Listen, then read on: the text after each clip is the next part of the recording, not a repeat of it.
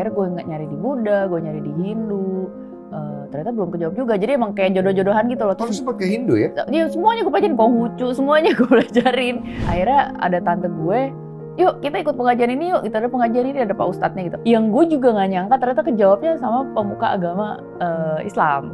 Tapi dia nggak tahu lu Dian Sastro itu? Nggak kenal, nggak tahu. Dan gue juga udah pasrah, gue ngamin, gue udah pasrah aja gitu.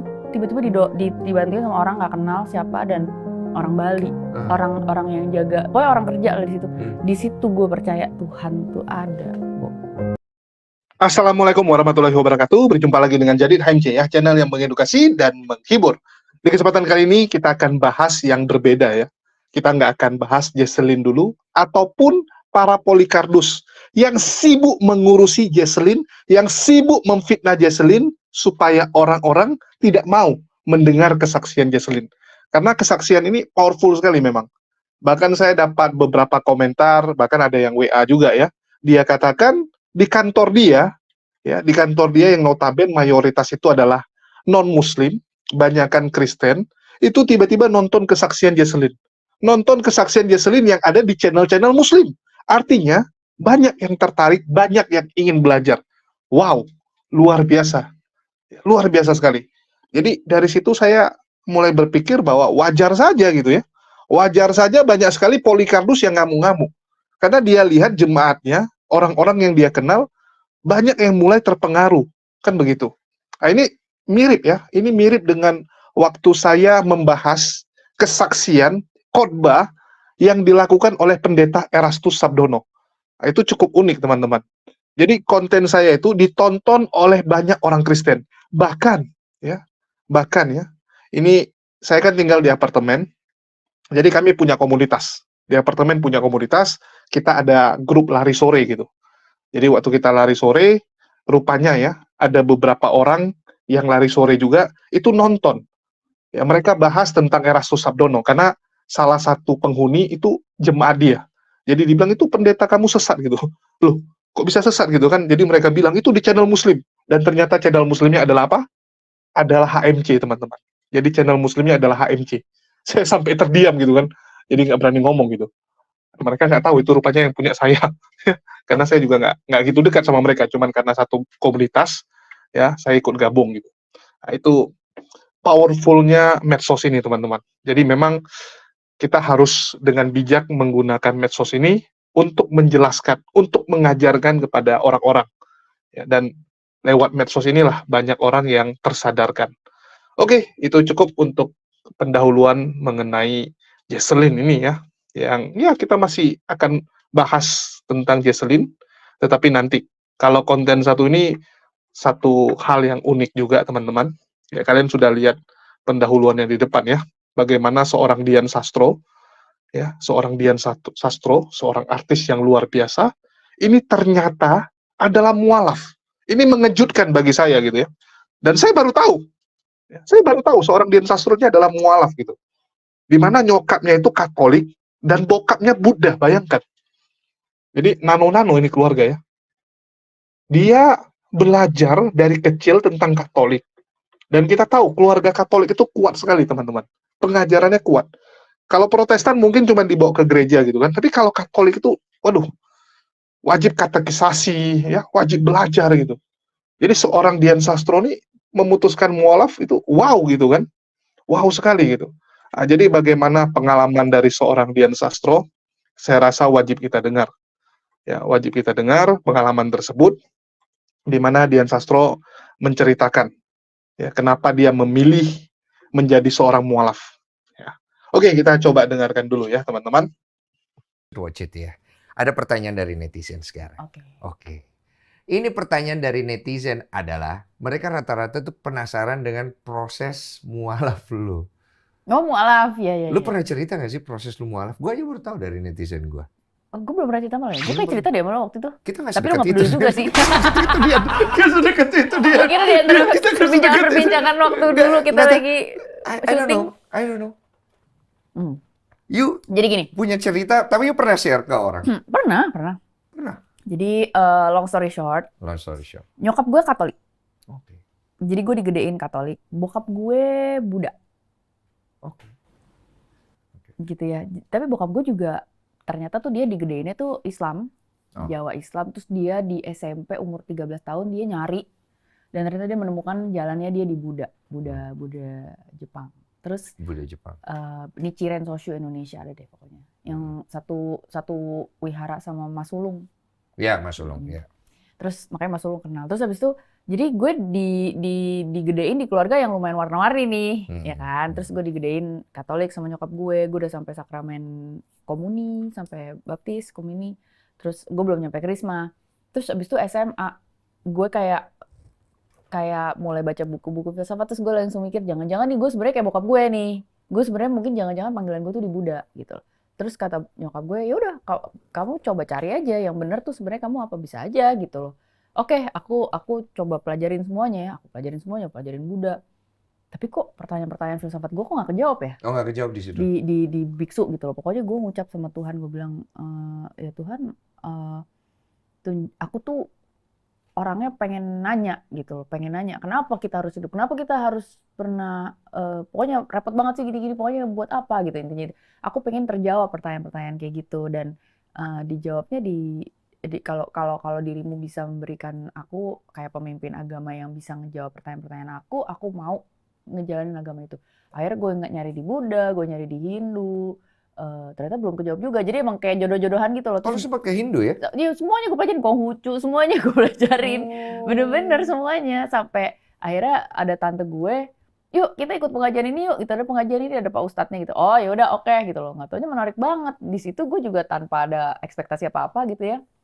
Iya Pak Ustadz, sebenarnya buat apa sih kita hidup begini-gini, buat ini. Tiba-tiba dibuka lah, ada kayak ayat Quran apa, terus gue juga udah lupa lagi ayatnya apa, tapi pokoknya dia menjawab dengan sangat filosofis dan sangat logis, yang gue juga nggak nyangka ternyata kejawabnya sama pemuka agama Islam. Oke. Ada namanya Pak Rahmat. Terus dan gue enak banget dengerin penjelasannya dia, karena jarang loh lo nemu kayak pemimpin agama, pastor, biksu, siapapun lah gitu ya, tapi yang ngobrolnya tuh nyambung gitu. Nah gue tuh harus dijawab gitu loh pertanyaan-pertanyaan logika gue. Walaupun akhirnya nanti perjalanannya nggak akan logika terus ya gitu. Cuma akhirnya kejawab, terus gue langsung mikir, ya Allah, ya Tuhan waktu itu gue bilangnya, apa mungkin ini kali ya. Jadi gue dijawabnya di sini ya berarti gue harus jalanin ini. Ya udah deh Pak, saya belajar terus sama Bapak gitu. Gitu. Terus itu kata Bapak, ya tergantung kamu mau sholat nggak 5 waktu. Karena sekarang saya udah tahu buat apa gitu ya, saya mau deh belajar lah gue besokan ngafalin Al-Fatihah. Ngafalin pakai buku SD tuh. Dan kalau gue ngafalin itu kan bahasa Arab susah ya. Iya. Di umur 21 tahun gue ngafalin bahasa Arab blablabla gitu kan. Tapi yang membantu gue menghafal karena gue aktor, gue aktris, gue harus ngafalin artinya. Karena kalau enggak gue nggak bisa menjiwainya kan. Jadi gue tuh harus hafal artinya. Jadi setiap kali gue melafalkan Arabnya gitu, gue bisa menjiwai artinya. Karena kalau enggak gue akan sulit sekali ya menjiwai ibadah gue aktor gitu loh kan. Gue harus ngafalin skrip kan, harus pakai ada perasaannya gitu kan. Jadi nggak mungkin banget gue ibaratnya di mulut gitu loh. Lu mengerti maknanya. Gitu. Jadi itu membantu gue untuk bisa mendalami. Jadi akhirnya dari situlah itu di umur 21 tahun. Kenapa lu memilih dengan cara berpikir lu yang cukup kompleks ini ya, dengan banyak pertanyaan, kenapa lu memilih beragama? Nah itu pertanyaannya. Nggak tahu ya, gue tuh termasuk orang yang justru dengan cara pikir filsafat yang berlapis dan argumentatif banget, gue tuh kayak malah di ketemuinnya tuh justru intinya adalah ke Tuhan gitu loh. Maksudnya ya ngebawa lu semua ke situ. Iya, intinya tuh kita tuh harus punya faith gitu. Dan faith itu intinya adalah kebenaran, dan kebenaran tunggal itu adalah itu gitu loh. Jadi gue tuh termasuk yang dikasih, mungkin bahasanya tuh hidayah kali ya, mungkin, tapi gue dikasih rezeki arahannya tuh ke situ. Banyak banget teman-teman yang mungkin ada juga arahannya nggak ke sana, ada juga kan yang lebih ke logis, akhirnya ke sains, akhirnya lama-lama nggak ke kayak nggak nyambung gitu sama ketuhanan. Tapi gue ternyata malah masuknya ke ketuhanan gitu loh. Itu kan lama-lama nanti ke spiritualis, dia akan masuk lebih dalam tuh dari agama itu. Cuma kan biasanya kita berangkat itu dari keresahan dulu. Keresahan, titik lemah kita, titik terpuruk, ada pertanyaan soalnya. Masuk. Dian Sastro, titik terendah dalam hidup. Nah, itu kan dari situ juga tuh ada pasti. Ada kah? Ada. Banyak, lo mau yang di mana? Banyak banget. Nih gue mau cerita satu adegan nggak nih ya? Menarik sekali nih. tahun 2002 atau 2003 ya. Gue lagi diajak Bali pertama, baru terjadi beberapa minggu sebelumnya. Bali kayak kota mati, kayak ghost town gitu ya, ekonomi terpuruk. Terus ada beberapa teman-teman dari anak-anak geng-geng aksara tuh dulu di Jakarta ya, bikin inisiatif 1000 lilin ke Bali. Jadi 1000 orang pertama yang datang lagi ke Bali untuk menghidupkan perekonomian di situ. Datanglah kita, salah satunya ada Nugi. Tapi dia ternyata udah lama malah. Oh ya, gue ketemu di situ deh. Oh ternyata ada lo juga Nugi gitu. Gue baru mualaf lagi, baru mulai ngafalin Al-Fatihah. Terus baru bisanya itu doang kalau nggak salah. Terus habis itu gue masuk ke situ, itu sepi banget. Terus ada sebuah kegiatannya tuh, kita lihat situs pemboman. Baunya masih. Oh masih baunya? Masih, aduh. Bau gosong, campur bau, bau amis anyir itulah ya gitu. Suasananya nggak enak banget gitu loh. Dan itu kan, lo tahu Kute itu kan, jalan itu kan, jalan Legian itu kan. Itu kan yang, ini kan pantai nih. Ini kan lo gini, terus habis itu lo belok kiri, terus ini nih Pedis sama itu kan. Bomnya gitu kan. Gue ngeliat kawahnya tuh 1 meter, 2 meter ke bawah. Yang di bawahnya mobil itu. Waduh. Gue di situ, nggak tahu ya, mungkin karena gue di situ sensitif banget ternyata, Bo. Itu gue nginep di Hotel Hard Rock. Itu Hotel Hard Rock kan yang ada musik terus, ya happening. Bo, di situ rasanya bener-bener mati, bener-bener serem banget. Dan gue tidur di situ sama temen gue, Mbak Raya Makarim.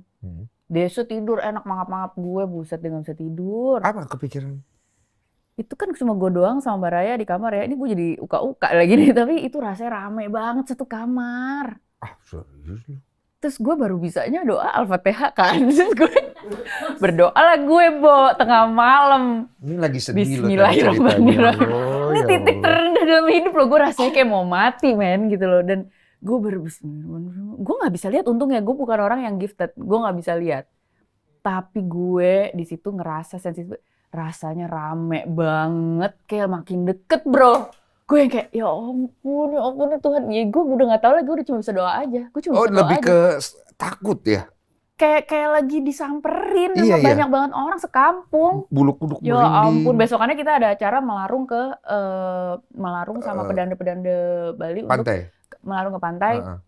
Pokoknya semua kesedihan, semua buang itu kita secara simbolisasi kita lepasin, kita let go lah, kita cuci lah gitu. Tolong siapapun jiwa-jiwa yang merasa disakiti, tidak segala macam, kita doakan mereka supaya mereka bisa ikhlas apa gimana, pokoknya kita serahkan lagi kepada alam gitu, biar dicuci sama laut gitu loh. Wah, gue baca puisinya berapa baris gitu ya. Lu baca puisi? Baca puisi yang ditulis sama Gunawan Muhammad kalau nggak salah, tentang ada pokoknya jangan sampai kita biarkan kekerasan menjadi cara yang lazim untuk mengemukakan pendapat. Itu di kalimat itu gue nangis sampai gue nggak bisa denger puisi gue sendiri, gue ngomong apa sih, pokoknya udah ingus kemana-mana.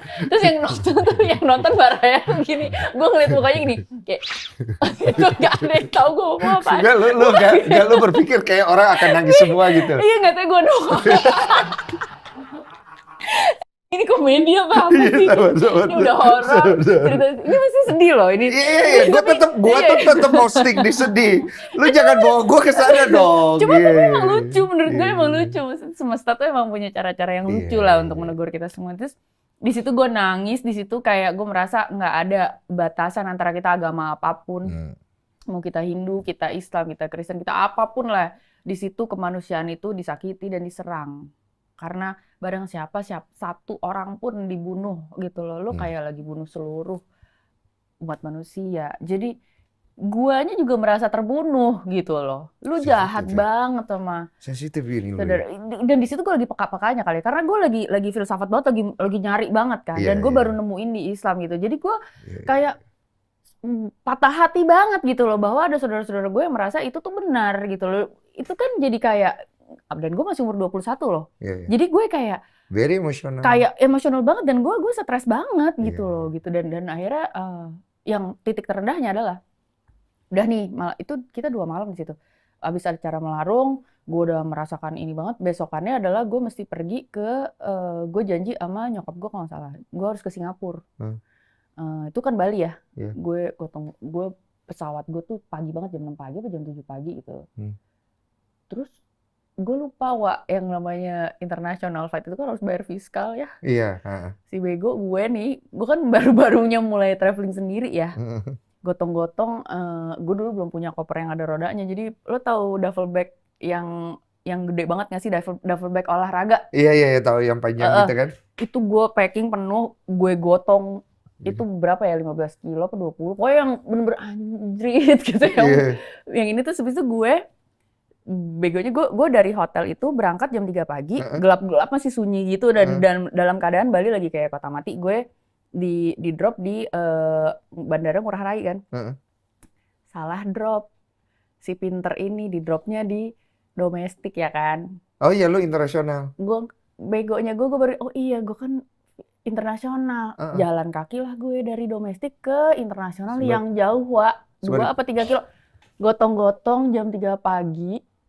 Seorang Dian Sastro ini yang baru aja mualaf ini, anjir kagak ada orang, asli gotong-gotong, anjir. Maksud gue ya, lo nggak usah mikir Dian Sastro tuh mewah apa, ada entourage-nya, ada apa, enggak, Wak, benerannya sih gue gotong. Dan itu bener-bener jam 3 pagi, satu orang manusia pun sepanjang sejauh mata memandang tidak ada satupun. Terus itu tuh udah ya Bali lagi serem-seremnya, gue abis dihantui dari malam-malam sebelumnya, gue gotong-gotong itu, si anjing gila ini berat banget. Nyampe, belum selesai, gue nyampe internasional nih. Lucu juga ya. Nyampe nih, check in. Oke, ini tiket udah ada nih Pak, gini-gini. Fiskal. Belum, fiskal. Zaman dulu kayak pret duit cash kan ya. Iya. Kagak ada dong, gue dulu kan adanya ATM gue kan. Mati gue cari ATM dulu ya Pak. Ini udah mesti boarding.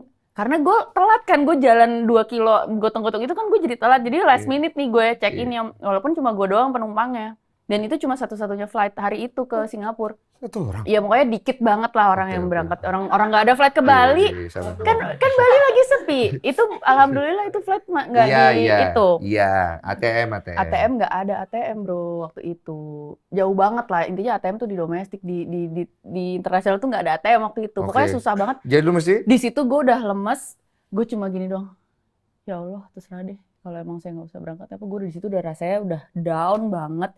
Rasanya hidup tuh mau runtuh, udah gue bego banget, udah gotong-gotong berapa kilo, udah nggak ada orang di situ, sendirian, rasanya sendirian. Itu gue bener-bener terserah deh, ya udah pasrah sepasrah-pasrahnya, cuma doa aja. Tiba-tiba si bapak-bapak yang jaga Angkasa Pura Bali itulah, gue nggak tahu pak siapa gitu, orang Bali, tiba-tiba sini mbak, sini saya bayarin aja fiskalnya. Dibayarin, gue nggak kenal. Tapi dia nggak tahu lu Dian Sastro itu? Nggak kenal, nggak tahu. Dan gue juga udah pasrah, gue udah pasrah aja gitu. Tiba-tiba dibantuin sama orang nggak kenal siapa, dan orang Bali, orang yang jaga, pokoknya orang kerja lah di situ. Di situ gue percaya Tuhan tuh ada, Bo. Lu kalau doa, lu dijawab. Tergantung seberapa pasrahnya lu doa. Tapi saat lu melewati proses, harus pasrah mau mati dulu baru iya. lo bisa.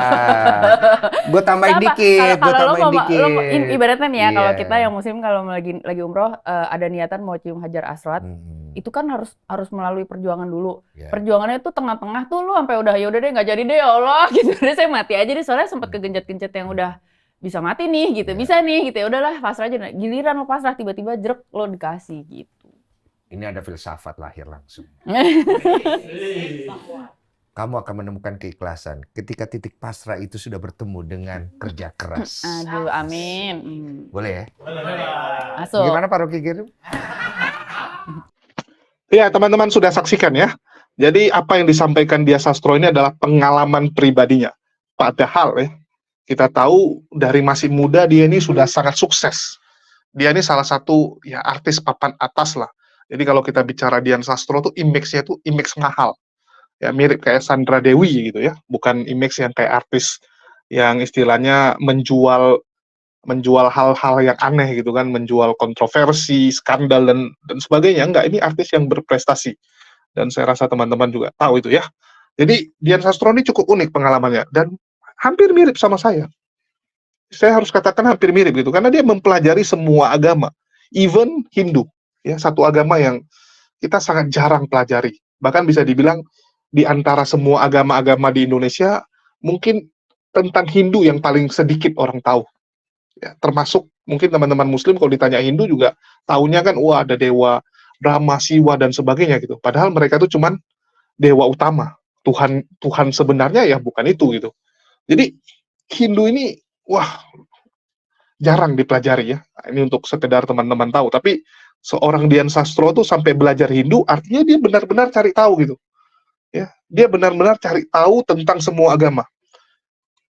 Dian Sastro nih, wah nggak usah dibilang lah. Dia dari model ya. Dia pernah jadi majalah gadis, ya cover majalah gadis.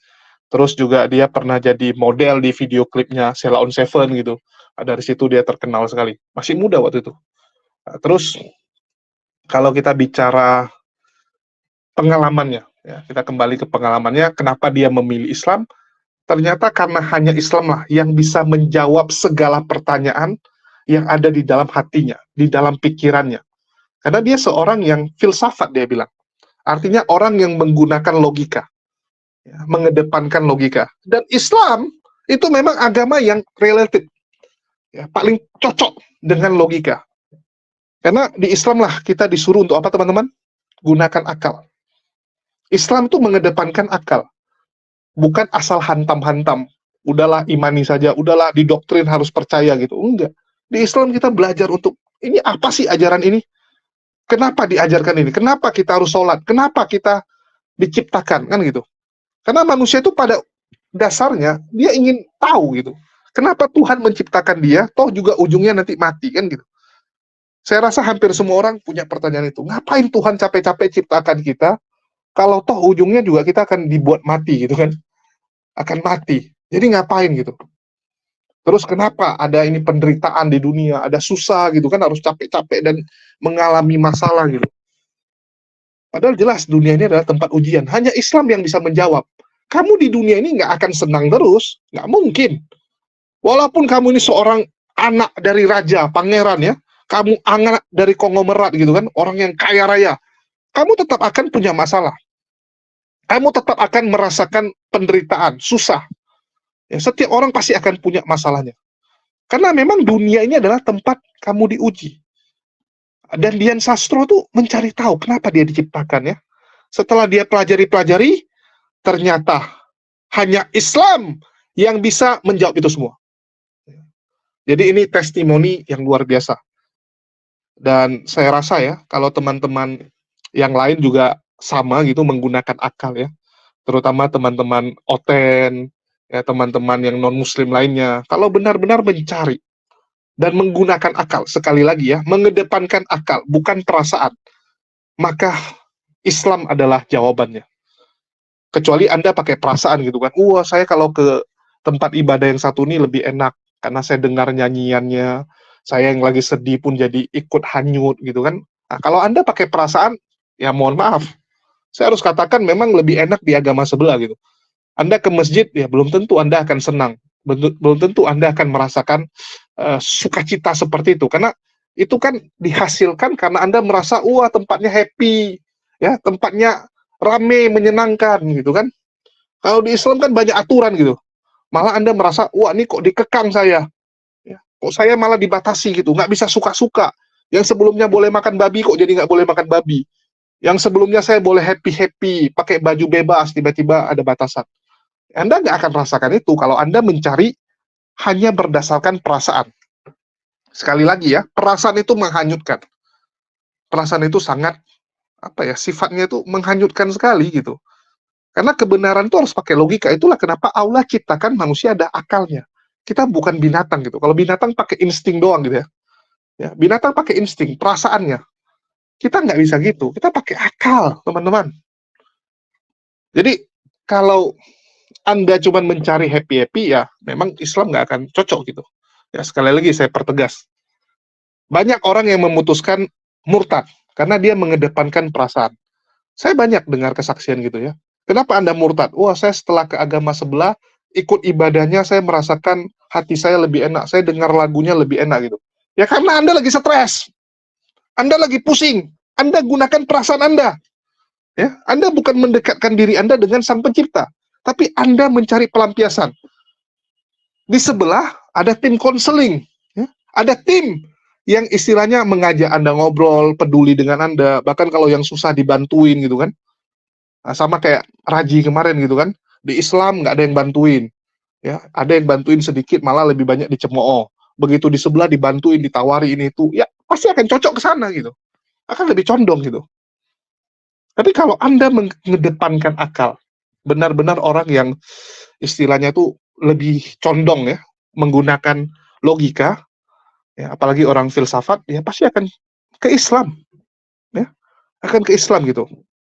Dan Dian Sastro menjelaskan ya, berangkat dari keresahan yang dia alami, keterpurukan gitu. Nah, jadi memang orang itu kalau mau mendapatkan hidayah itu ada kayak titik baliknya, turning point. Kita dalam hidup tuh harus ada turning point gitu. Ya, jadi kalau ada orang tiba-tiba memutuskan mualaf, ya itu agak berat kalau dia nggak mengalami titik balik itu. Ya, itulah kenapa teman-teman kayak nanya gitu, kenapa si A, si B, si C kita udah jelaskan setengah mampus, tapi dia nggak mualaf-mualaf. Karena dia belum merasakan titik baliknya. Apalagi di zaman sekarang, teman-teman. Orang waktunya tuh kepake bangun kerja, ya, habis kerja main-main gitu. Nggak pernah memikirkan tentang hidup, memikirkan tentang kemana nanti kita meninggal. Maka dia jarang, akan susah mendapatkan hidayah. Itu saya rasakan, teman-teman. Karena mungkin waktu itu saya lagi ada banyak waktu ya. Sehingga saya pikirkan gitu, kalau saya meninggal saya kemana? Terus kenapa saya diciptakan? Nah, saya jadi punya waktu untuk mikirin yang aneh-aneh. Karena mikirin yang gituan kita mulai mencari tahu. Tapi kalau saya sibuk dengan kerja, ya, sibuk dengan aktivitas, nggak akan kepikiran gitu. Pulang-pulang udah capek tidur langsung. Main HP udah capek tidur langsung. Nggak akan dia pertanyakan. Nggak akan dia pertanyakan kenapa Tuhan ciptakan dia. Kalau Dian Sastro, dia mulai mencari. Dia mulai berangkat untuk berpikir gitu kan. Kenapa gitu? Kenapa? Dan yang luar biasa, Dian Sastro saat memutuskan mualaf. Baru mualaf. Ya, baru mualaf dia ke Bali. Dan kita tahu bagaimana media-media itu memframing Islam. Ya, kita tahu lah yang menguasai media siapa kan gitu. Kita lihat bagaimana Islam itu dijelek-jelekkan. Karena kita tahu pelaku bom Bali itu dikait-kaitkan dengan Islam. Dikait-kaitkan gitu. Biasanya orang yang baru mualaf pasti akan lemah imannya gitu kan. Wah, ternyata salah server ini. Agama Islam malah sadis, ngebom orang gitu kan. Padahal tuh oknumnya yang buat. Tapi alhamdulillah Dian Sastro ini kuat. Ya. Dian Sastro ini kuat. Bahkan yang ada di kepala dia malah Al-Maidah 32. Ya. Surah Al-Maidah 32. Di mana apa? Barang siapa yang membunuh seorang manusia, ya, itu sama saja dengan membunuh seluruh manusia. Jadi di Islam tuh jelas. Lu bunuh satu orang, itu udah sama dengan lu bantai semua orang gitu. Dian Sastro ingat itu. Di Islam diajarkan memang, nggak boleh membunuh orang sembarangan seperti itu gitu. Anda membuat kerusakan itu. Jadi, ya imannya kuat, teruji. Seorang Dian Sastro imannya teruji gitu.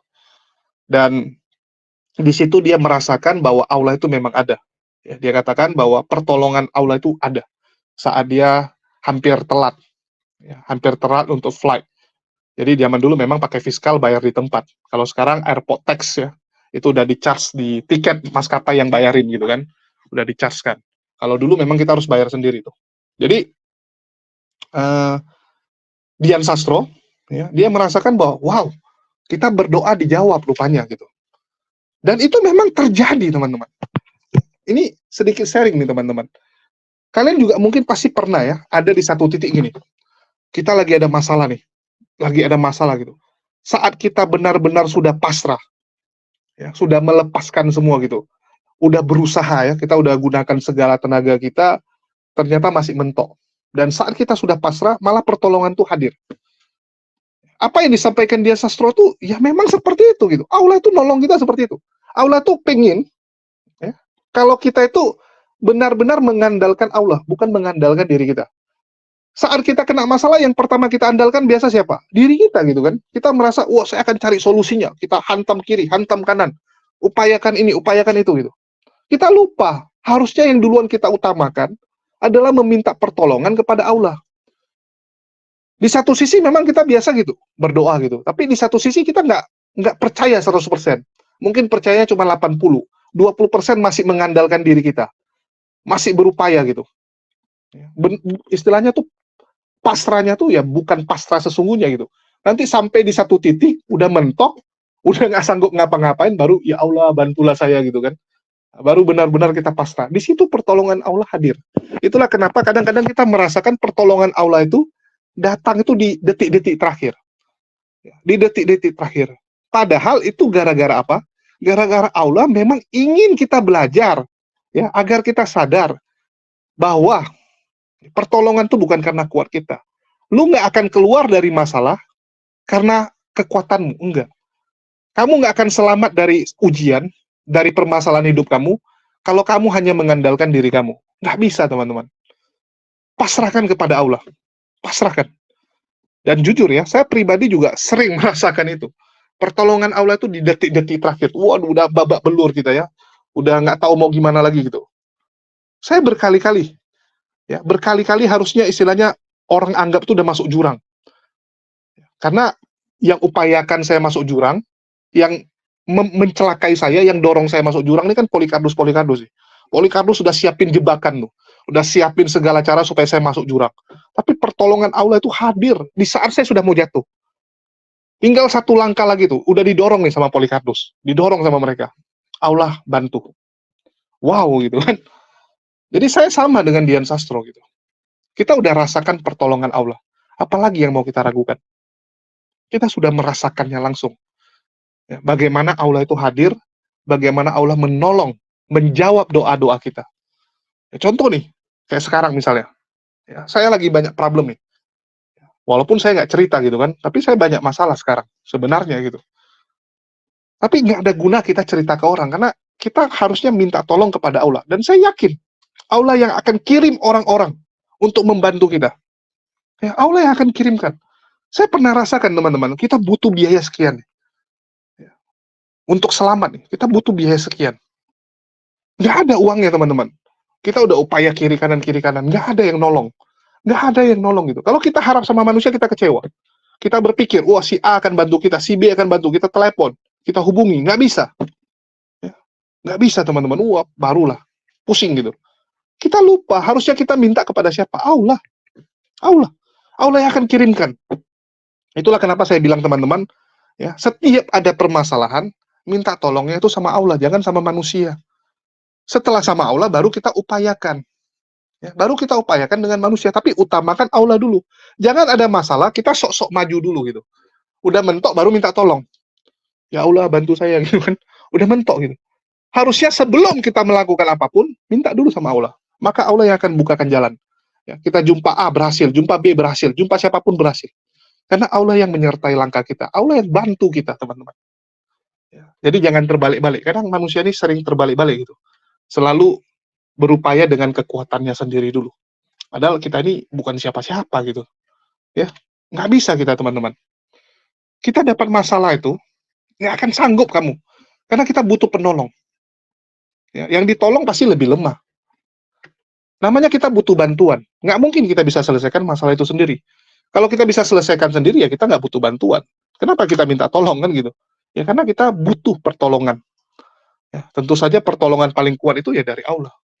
Bukan dari manusia. Allah yang akan gerakkan orang. Ya, saya sering tuh lagi kelaparan gini ya. Waduh, butuh makan nih teman-teman nih. Butuh makan. Tiba-tiba ada aja yang ngontek, yuk makan gitu. Ada penonton tiba-tiba ya, nawari, wah saya kirimin makanan Bang Jul gitu kan. Luar biasa. Ya, kita lagi mentok nih, kepake semua duit untuk biaya perbaikan barang gitu. Udah nggak ada duit nih, nggak ada duit untuk aktivitas, untuk kegiatan. Tiba-tiba ada aja orang yang datang membantu. Luar biasa. Jadi selalu minta tolong kepada Allah. Dan saya yakin itu. Coba kalian praktekkan. Ya, kalian praktekkan selalu mengandalkan Allah. Jangan mengandalkan diri sendiri. Maka hidup Anda akan berubah, teman-teman. Ya, hidup Anda akan berubah. Saya jamin itu. Nah, jadi begitulah kesaksian dari Dian Sastro ya. Luar biasa sekali. Semoga pengalaman mualaf dia, cerita bagaimana dia mendapatkan hidayah ini bisa menginspirasi orang-orang di luar sana yang masih belum berani untuk melangkah. Karena banyak orang-orang di luar sana tuh yang istilahnya mulai tahu kebenaran Islam. mulai percaya bahwa Islamlah yang benar, tapi masih berat untuk melangkah nih, ya. Masih susah move on, masih takut untuk meninggalkan yang di belakang-belakangnya nih. Semoga dengan kesaksian Dinan Sastro ini menguatkan kalian, ya, untuk jangan takut melangkah. Jangan takut. Memang berat untuk meninggalkan zona nyaman. Semua orang juga nggak mau ninggalin zona nyaman. Ya, tapi yakinlah, ya teman-teman, nggak ada gunanya kamu nyaman di dunia kalau akhirat kamu berantakan. Karena yang kita kejar kan akhirat. Kita nggak ngejar dunia, teman-teman. Untuk apa dunia? Dunia sementara. Paling lama berapa tahun lagi kamu nikmati?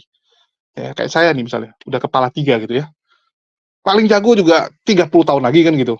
Ya, paling jago 30-an tahun lagi. Seberapa lama sih 30 tahun tuh? Bentar aja, teman-teman. Ya, bentar aja gitu. Jadi untuk apa kita kejar dunia kalau akhirat kita berantakan? Ya, mending kita kejar akhirat. Karena akhirat itu yang abadi. Ya, kita kejar akhirat, maka dunia akan ikuti. Ya, walaupun mungkin nggak semewah orang-orang yang fokusnya dengan dunia. Ya, mungkin nggak seenak mereka gitu. Tapi minimal kita akan bisa laluinya. Ya. Jadi itu sih yang mau saya sampaikan. Makasih buat teman-teman semua. Dan sedikit iklan ya teman-teman.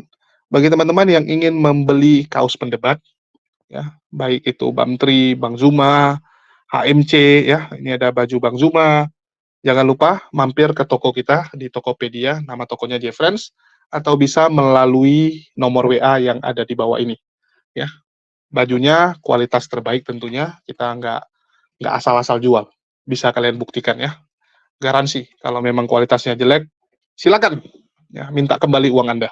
Oke, mungkin itu aja yang bisa saya sampaikan. Makasih buat semuanya. Di akhir kata saya ucapkan, wassalamualaikum warahmatullahi wabarakatuh. Sampai jumpa di video-video berikutnya, dan nanti kita akan kembali membahas Polikardos tentunya. Yuk.